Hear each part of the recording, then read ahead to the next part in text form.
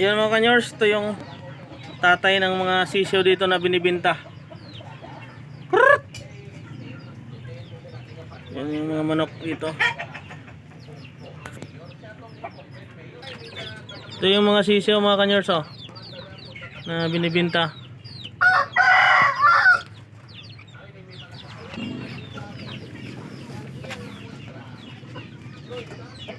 Yan mga kanyors, oh, ito yung mga sisiyo ng tandang na malaki, Asel Siamo Hulo. Na cross na to sa Asel at saka Hulo.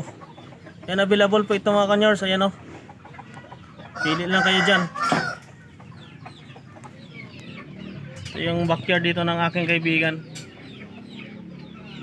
Yan yung mga manok na available, oh. Mga Asel. Yan dyan sa gilid. Ito yung mga